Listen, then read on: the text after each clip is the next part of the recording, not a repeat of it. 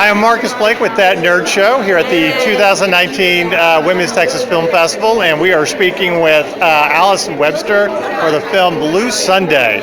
All right, tell us a little bit about the film. The film takes place at a youth group celibacy talk, specifically with high school girls.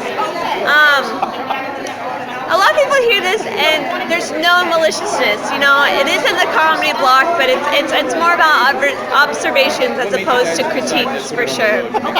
I feel like there's got to be a little comedy involved when you're having that conversation, that group. Yeah, there's definitely comedy. It's nothing too blatant. It's more if you pick up on it kind of thing. No pointing fingers. All right, so I got to know, what inspired this story? Well, I grew up in the Bible Belt, and I grew up in Plano, Texas, so I'm kind of used to this predominance of Christian culture, but specifically within the youth.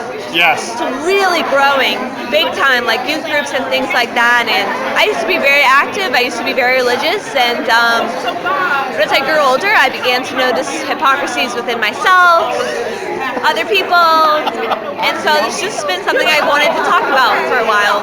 Yeah. Interesting. And we all know how abstinence always works. It always works. It always. That's for you youth group people out there. Yeah. No, wink, wink. States that teach abstinence within the schools, they have the highest rate of pregnancies. Yeah, pregnancies. I know. So it's like. You do the math. Yeah.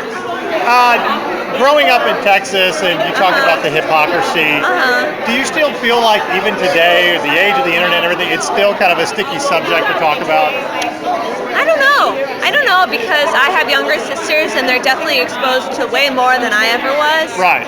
So it's almost something that I can't speak to because I don't know what people are experiencing directly, but at the same time, I drove past my high school today and saw jocks on the field, and it's still a lot of the same, you know? You know what it is? It's the free porn on the internet. It's the free porn. As someone who grew up in the 80s and 90s, I think you should struggle to get to see something naked, and that would, yeah. It's all cam girls, it's all over the place. Exactly. Which, you know, I'm not saying is better or worse, it's there. You know? I know, it's just there. You're right. So what was the funniest experience you had in making this film? Okay, am I allowed to Yes, curse? you are. I'm allowed to curse? We are rated R. Okay, That Nerd Show. So, spoiler alert, but the last line that is spoken is, I love my cunts, and we had to do that multiple times. And speaking as a director, I want a variety of tones and stuff. So one time I had her sing it, another time I had her, you know, it just, that was definitely the best part. Everyone cracked up. Well, my co-hosts on our Saturday morning podcast were both Irish, and we're like, they never use that word enough. They don't. Yeah. So I like that. It's very different for you. All right, the nerdy question. Yes. This is the toughest question you're really going to get. Okay. If you could have a weapon of choice or a superpower from within the nerd universe to fight the forces of evil, what would it be?